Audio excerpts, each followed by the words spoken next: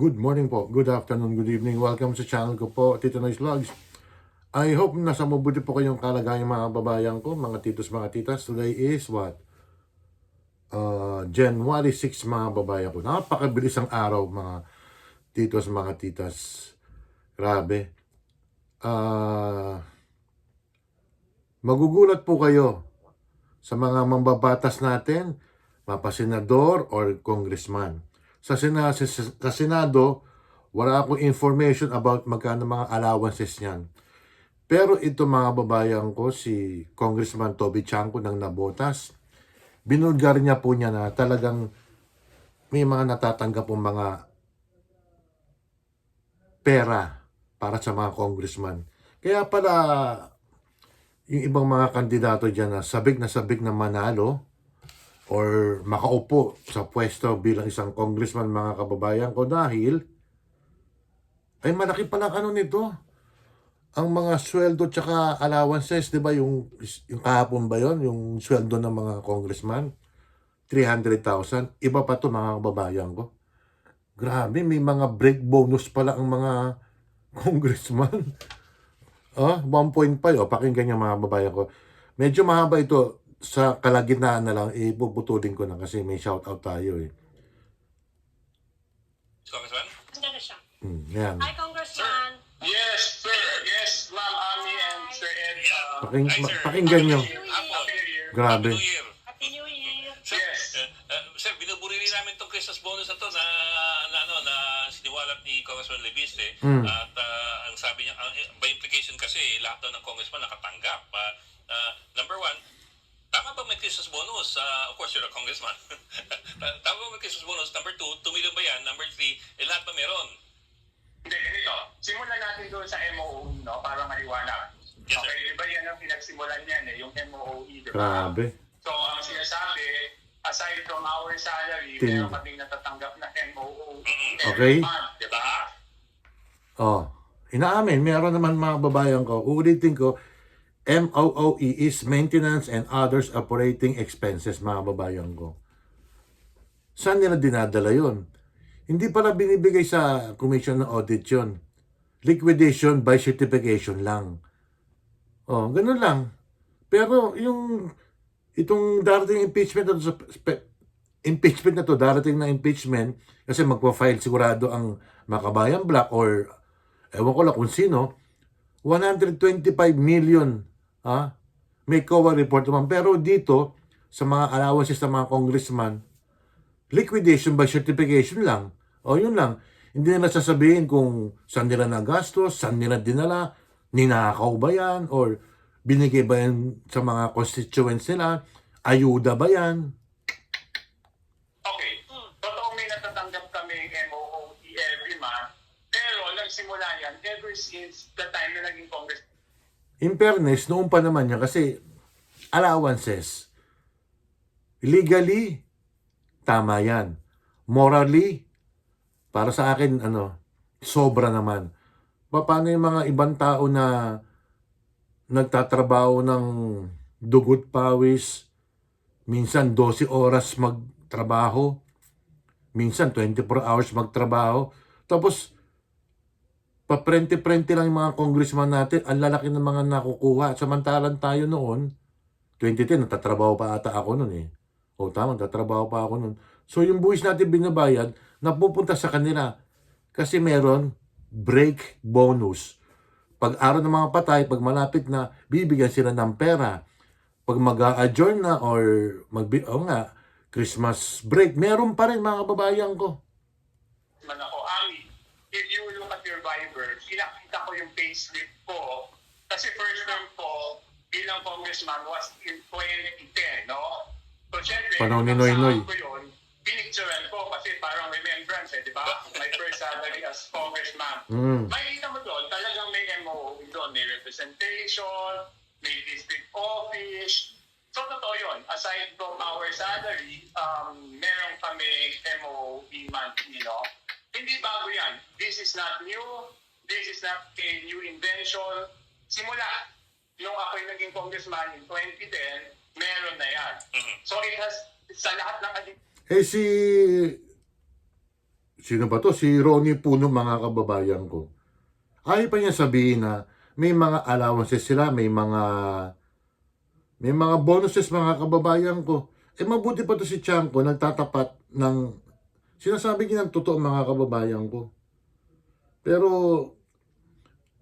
ang kailangan ng kababayan natin nga is yung transparency nga, hindi yung para nagtatago pa kayo eh.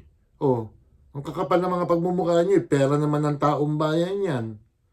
Tapos ang dami niyo pang kuskus balungos na district expenses, mga ganon.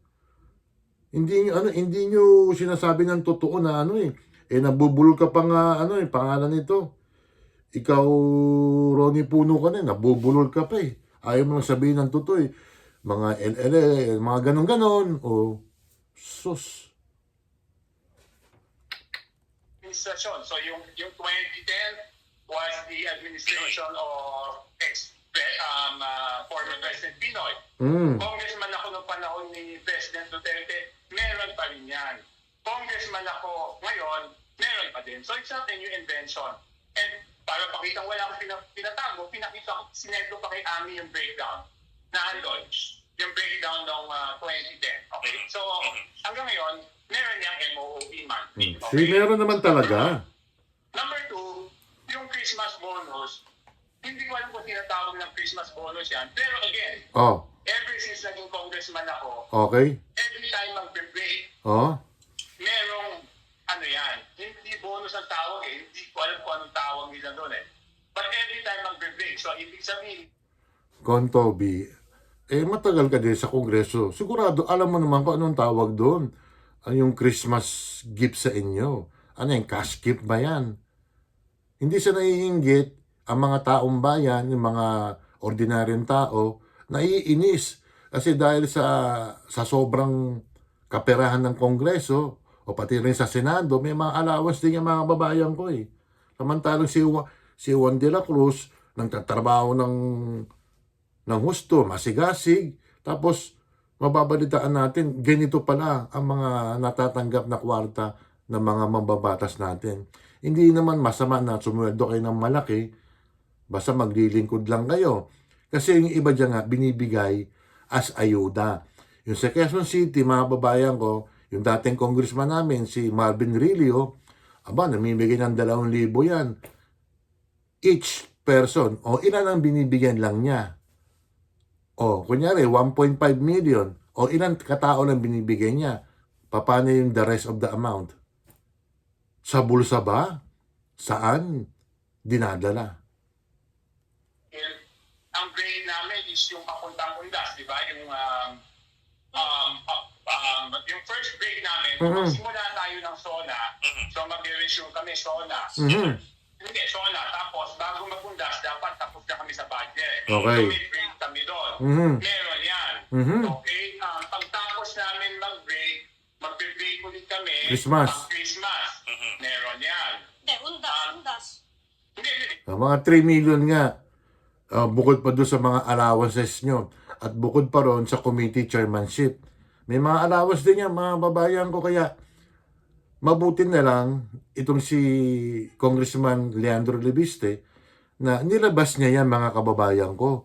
Hindi yung iba dyan nagdi-deny pa. Itong si Redo na to, dinideny pa. Hindi naman masama magkaroon kayo ng pera. Kaya lang, legally, okay, sige, sa inyo yan. Pero morally, maawa naman kayo sa mga obrero, yung mga ordinaryong tao na nagsusweldo na ng magkano ba ang minimum ngayon? 650 pagpalagay natin. Tapos kayo tumatanggap kayo ng mga ganyan na perks, mga bonuses, break bonus pa. Ibang klase kayo, no? Kaya, yung si Leandro Lebiste, ano mo lang yan, sir? Ituloy mo lang yan, mag-iingat lang kayo. Tingnan mo, ultimo yung nanay niya, pinakiusapan na wag daw ilabas.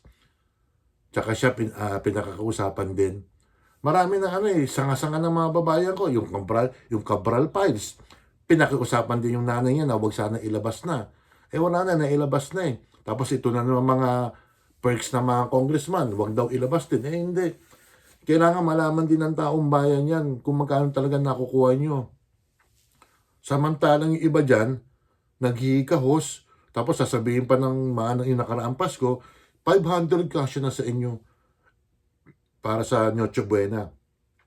Yan bang mga congressman na yan?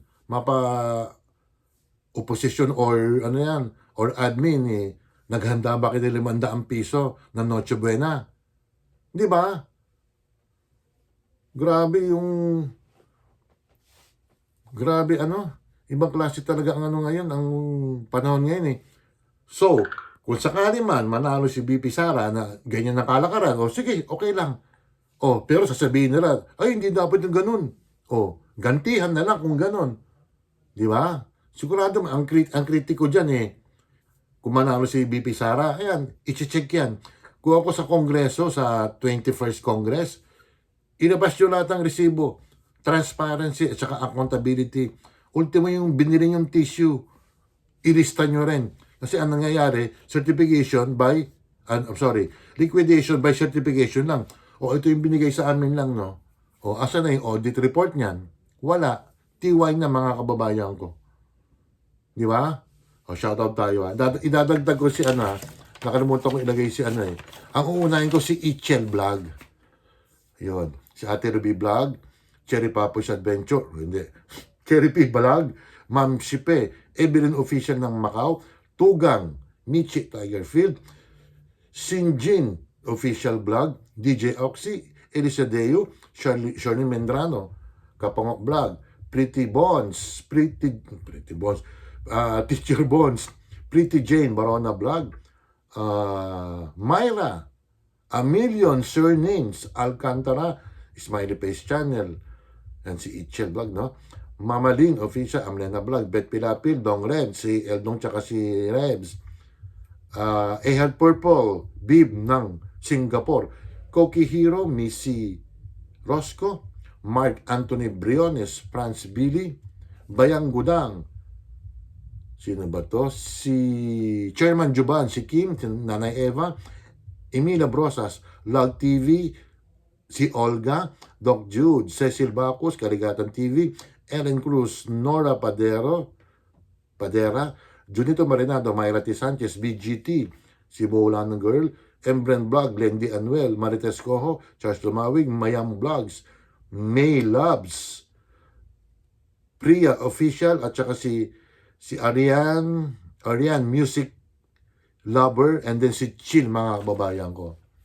Grabe, no? Yung mga pinagsisweldo natin, mga mambabatas, so napakalaki pala ng mga perks niya, no? May may undas break, may Christmas break pa. Yung panahon ni dating speaker, mga babae ko, sandamakmak, bumaha ng pera. Kaya nangyari, bumaha talaga yung literal, bumaha sa buong Metro Manila, ang karatig probinsya ng Pilipinas, mga kababayan ko. Dahil kasi, ang pinaplano ni Romualdez at tumakbong Pangulo sa 2028. Hindi ko alam kung dami lang to si Speaker D, si Boji D, para ang kumikilos pa ata, si Romualdez or si Sandro Marcos Yun ang mga babayan ko, bantayan natin. Kasi pera natin yan Pera natin yan, pinasisweldo natin sa Kongreso at Senado, mga babayan ko May ambag tayo. Sigurado may ambag tayo niyan. Ultimo mga basurero, ultimo mga grasa boy, nag-aambag yan, mga babayan ko. Grabe. Paki-like, share lang po, at saka paki-subscribe Maraming salamat po at mag-iingat kayo. Bye.